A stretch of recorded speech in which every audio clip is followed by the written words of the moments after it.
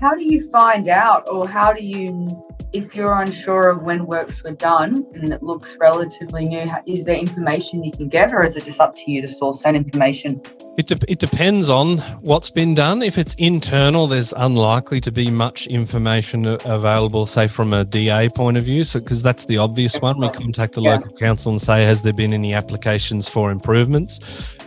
We become very good at the fashions of buildings. So there are certain colours that we use between certain time frames. You know, stainless steel appliances didn't really exist before 2001. And of course, online photos are a great source for us. You know, satellite images where we go sort of way back and we can say, oh, there wasn't a water tank back then and now I can see there is, or the footprint is different.